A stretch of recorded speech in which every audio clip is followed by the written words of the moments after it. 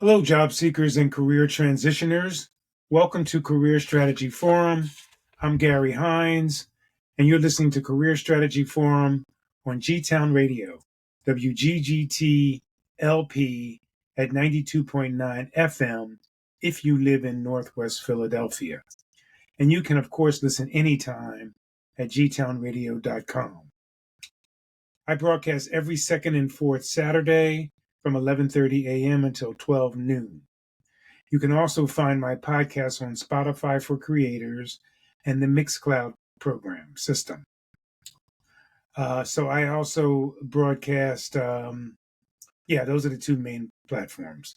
So today I want to venture out into post-job search activity as I've presented my 5 phases of career preparation and management.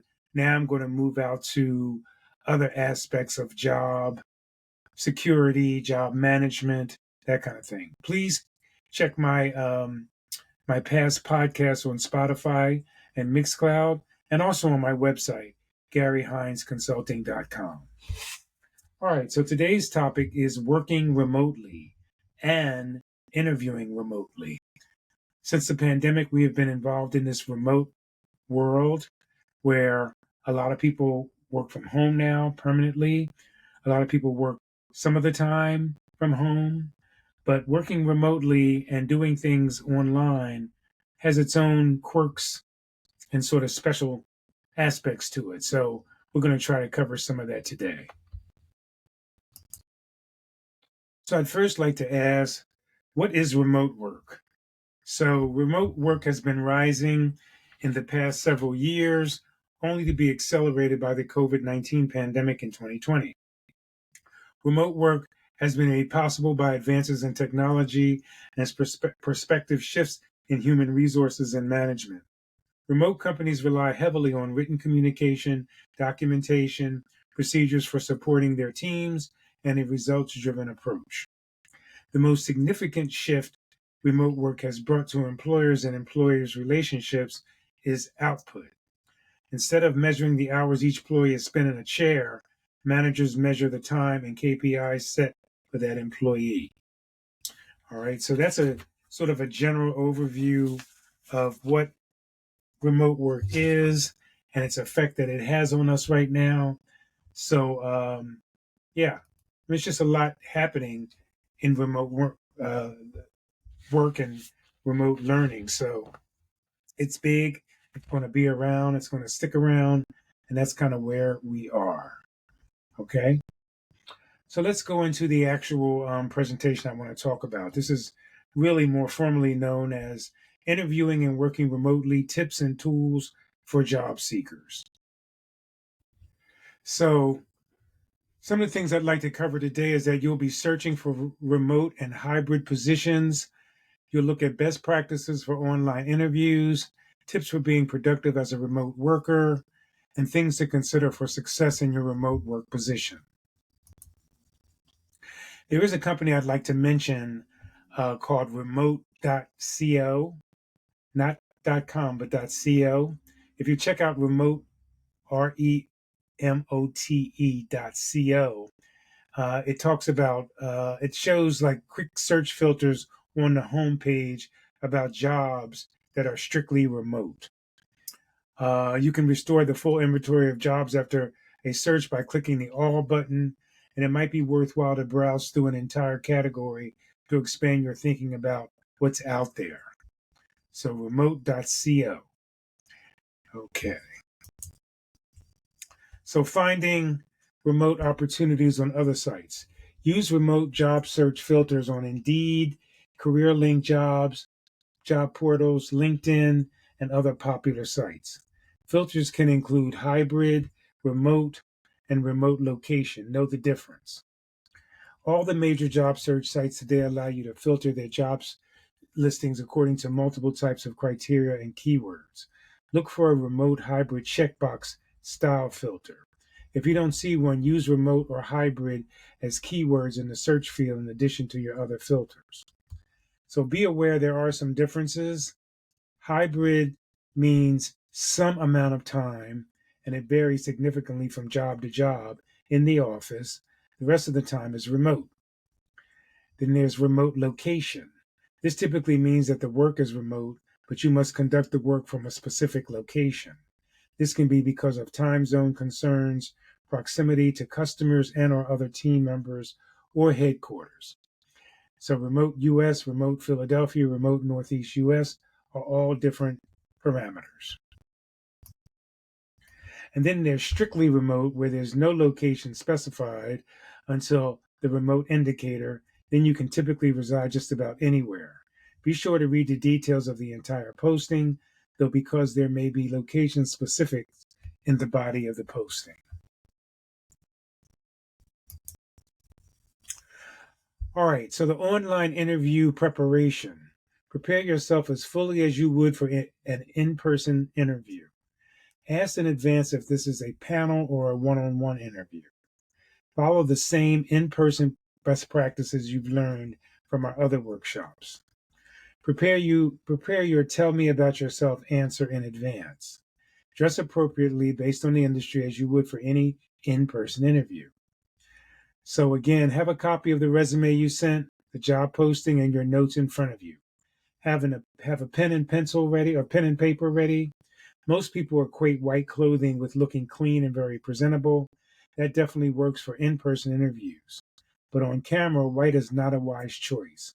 White clothing will appear brighter on camera and may overpower your face. Instead, choose darker colors like navy and avoid bright colors and busy patterns, as they may not translate well on camera. So, as part of this online interview preparation, review the top 3 to 5 accomplishment stories that align most closely with the position. Have a cheat sheet to remind you of those stories. Use the space available in front of you for your notes and reminders. Have a copy of the resume you submitted for the position in front of you, and then download any required software and test your technology setup well in advance. Often the software you download will have a test feature. Use it. Read all the instructions that are available. Don't assume that one software will behave like another.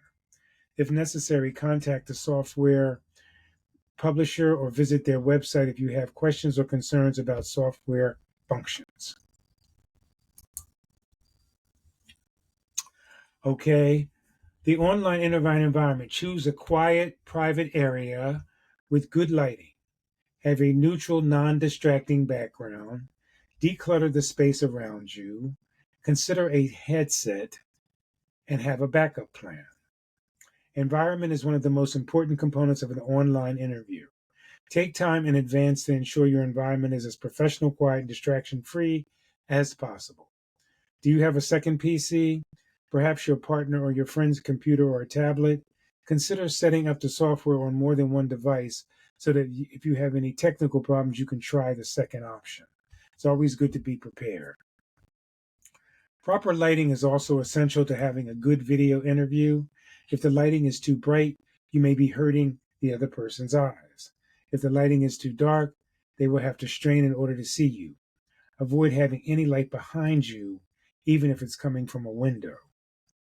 To ensure you have the best lighting, sit down before the interview and see what works best.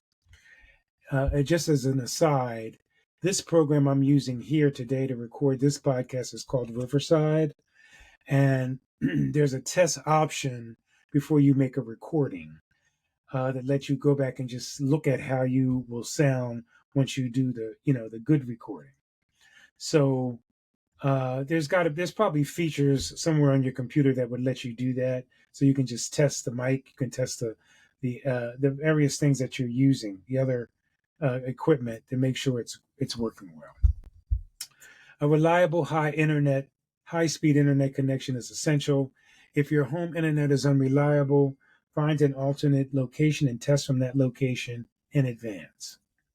Use a headset if possible so that background noise doesn't make it into the meetings.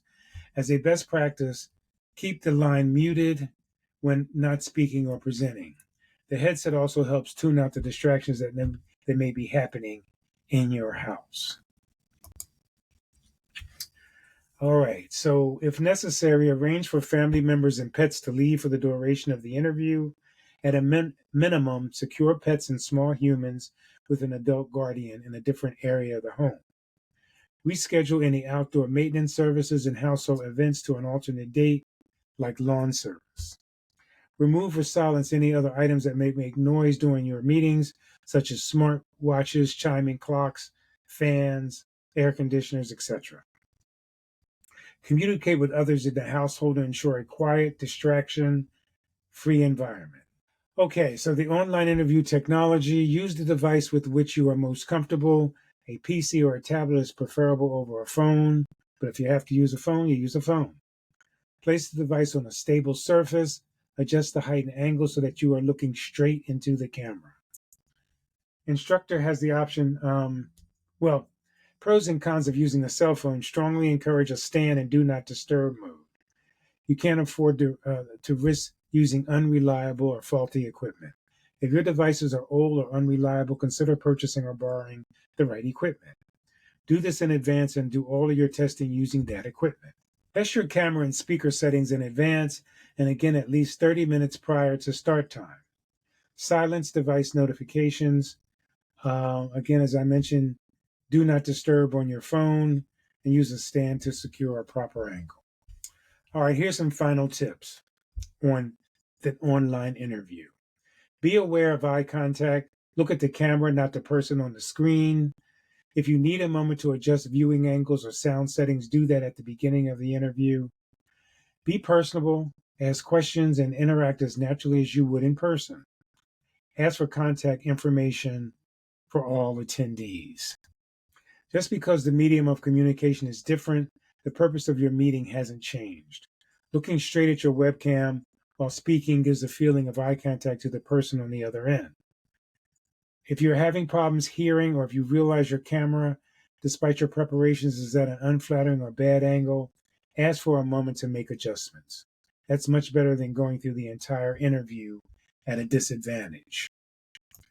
Everything you've learned in other workshops about job preparation and interview skills still applies. Utilize the best interviewing practices, accomplishment stories, and tips and techniques as if you were meeting in person. Okay, let's talk about working remotely and getting started. Here's some things we're going to cover in this part of the podcast. Workspace considerations, establishing boundaries, technology considerations, best practices for online meetings. All right. So, the first thing you should think about is selecting your workspace. Try to have a distinct workspace separate from living spaces.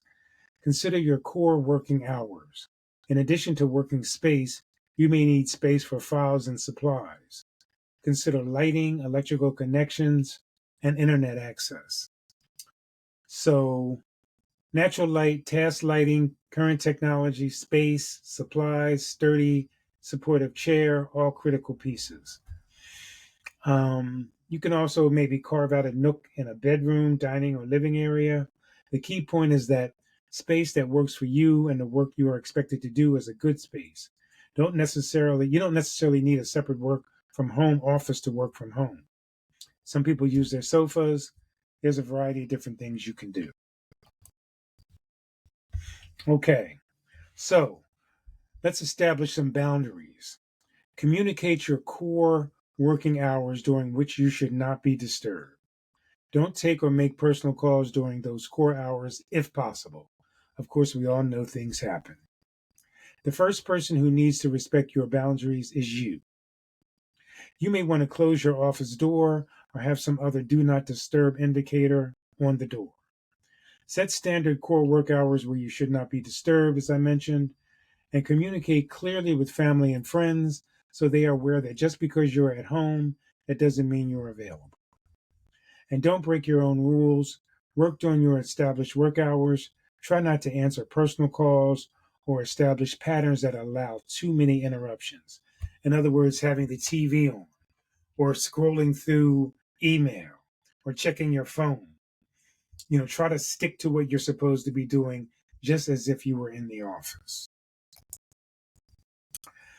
All right, so how about getting the right tech tools? Clarify technology needs with the employer prior to starting your new position. Will the employer provide a PC and phone? Employers have the right to monitor activity. This can include browsing history, corporate email activity, log off times. So just reminded, and you can always ask these questions: are they monitoring you while you're at home? Having a separate computer may be beneficial, especially if you have privacy concerns and or you will be accessing company files and intranets from your remote PC. Clarifying your technology needs can include knowing how and when you will have access to tech support, what kind of file sharing systems, for instance, Dropbox or SharePoint, you will be expected to use. Make sure you have the proper virus protection software installed on all tech devices. Ask about ongoing tech support, additional devices required, such as printers or office supplies. Some companies provide a monthly allowance for home office costs, and of course, you probably know you can write off home office costs on your tax returns.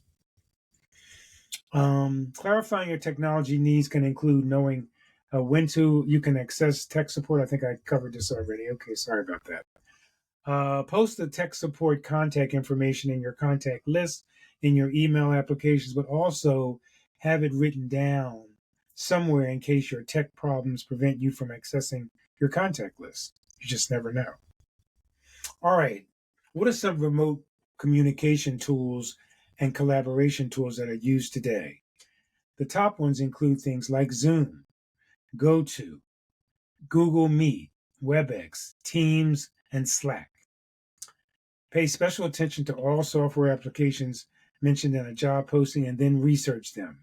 If you don't have them, you're going to probably need them, not only for the interview, but also for the job itself. This is an area of software development that is constantly changing and growing. You can try most of these applications for free. Be sure to research any of the software applications listed in the posting. Oftentimes, you will discover that while you don't have experience with a certain software title, it may be very similar to another package you have used. YouTube, the software publisher's website, and other online resources such as LinkedIn Learning can often provide you with basic tutorials and a more formal training so that you can say you have a working knowledge or a basic familiarity with the software.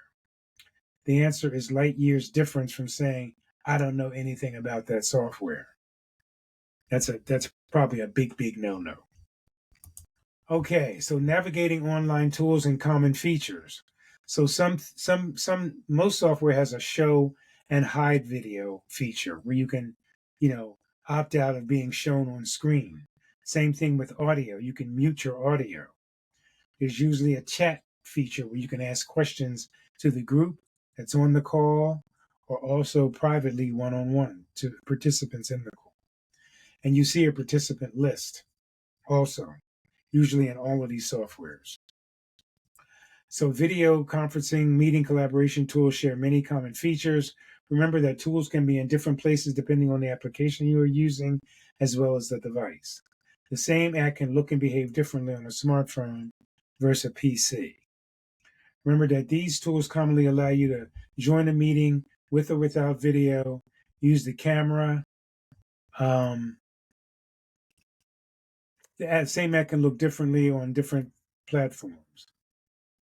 So they also allow you to join using either your device's audio or built-in mic or earbuds connected to the device via wired or Bluetooth connection, or by calling in using a special kind of phone, a cell phone, or landline.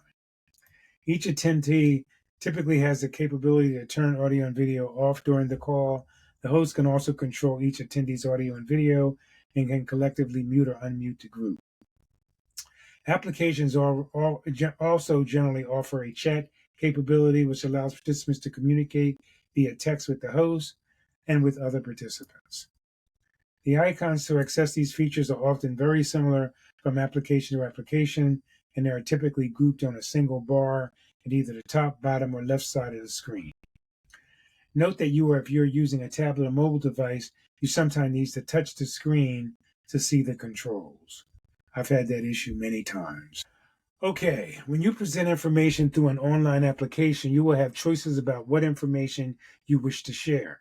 Typically, you will have the option to share just the application, a specific window, only the content of a specific monitor, if you have a second monitor attached to your system, or your entire desktop. It's a best practice to share the smallest amount of real estate possible. That is, avoid sharing your entire desktop unless you plan to switch between various applications frequently. This will minimize the risk of exposing personal or confidential information and or pop-up notifications that may appear unintentionally. Other options available exclusively to the meeting host include setting parameters for whether attendees will be able to control their camera and microphone, recording the meeting, removing an attendee from the meeting, assigning a co-host, and or overriding settings in the invitation. All right, picking up again on the last few points I want to make. Quick tips for participating in online meetings. You can join a meeting from a device different from the one on which you received the invitation. You will need the meeting ID and passcode. If you join from someone else's or a public device, you may need to change your name as shown under your thumbnail, image, or on the participant list. Discuss how you can expand the invitation to identify the application, meeting ID and passcode, and then enter these parameters into the meeting, such as zoom.us. Discuss the people window and how you can typically either right-click or rename or use the indicator to the right of your name on the people list to access a menu of options, including a rename function. Some people are putting things like their pronouns, their job titles, etc. into these renaming options. So here are some best practices, again, for online meetings, online conversations, whatever you happen to be doing remotely. Have a full awareness of your appearance and surrounding environment. Practice patience and good manners. Don't talk over another person speaking. Minimize background noise and personal movement. Things like barking dogs, squeaky chairs, tapping pens are all annoying. Keep yourself muted unless speaking. Use the chat tool to submit questions or comments only. Don't conduct personal side conversations. I have been on a number of Zoom meetings and online meetings where people are just having completely different conversations in the chat. The sharing technology can only pick up one voice at a time. It's not like in a physical boardroom where simultaneous discussions can be going on. Have a high level of awareness about background noise in our personal conversations. You never know when the presenter may unmute microphones to allow for questions. Establishing expectations will eliminate confusion and wasted time. Does your manager care about whether you are available during core hours, or can you split your time any way you choose? Do your responsibilities dovetail with another member of your team? If so, coordinate with that person to learn about their communication preferences and how you can make their work go as smoothly as possible. Set standardized response times among the team. For example, if an email is marked priority, does that mean a 2-hour or a 24-hour response time? If different time zones are involved, what happens when an emergency arises and it's the middle of the night for the coworker whose help you need? Are there sweet spots where time zones overlap that are preferable for team-wide meetings? It's not okay to use a less efficient method just because you're uncomfortable with using the better tech option. If you need to learn a new technology, learn it. Don't choose to inconvenience others by sending large files by email attachment when uploading to a shared drive. Uploading to a shared drive works better for everyone. The communication tools we discussed today can be used for both business and for building and maintaining coworker relationships. Stay in touch with your coworkers through regular video calls. Consider individual or group lunch and chat calls to get to know each other. Schedule regular State of the Union calls with your manager or team members. So relationships. So remember the lunchroom and the water cooler. So when choosing a communication method, consider the content of the discussion. Don't deliver bad or difficult news via text. Maintain your focus during conference calls and online meetings. Work hard to establish a personal rapport with your coworkers. Some people insist that you must have cameras on during meetings. This is not always the case. This may not be appropriate for every meeting. Find out what the standards are in your company. So there are some challenges to working remotely. For instance, it can get lonely. You may sometimes feel left out, especially if you're one of only a few remote team members. So networking to further your career can be challenging. Expectations of what a productive day is can vary. Self-direction becomes a critical skill set. So, um, okay. So that pretty much is what I wanted to cover today in this process. Um, again, remote work is here to stay. It's not going anywhere. We're going to be involved with this for several years to come. But again, you must be prepared for how to deal with it if you're in an environment like that. Again, a lot of companies will designate certain days for remote work, or maybe you have a job that's totally remote and your offices are in another country. So hopefully these tools have been helpful for you. I look forward to continuing on the conversation. As I mentioned at the beginning of this, I'm Gary Hines with Career Strategy Forum. My shows are broadcast every second and fourth Saturday from 11:30 a.m. Eastern Time to 12 noon, and they are broadcast on WGGT-LP, which is 92.9 FM in the Philadelphia area. Also, always online at gtownradio.com. I look forward to seeing you in the future. If you want to hit me up directly, go to my website, GaryHinesConsulting.com, and we can talk about whatever you need to talk about. I'm going to put in here again that I'm offering access to a free course, a free $699 job preparation course that I'm giving to listeners of this broadcast, but you need to contact me first. Gary at GaryHinesConsulting.com is my email. Get in touch with me. I'll tell you all about that program. Okay? Thank you. Take care. See you soon.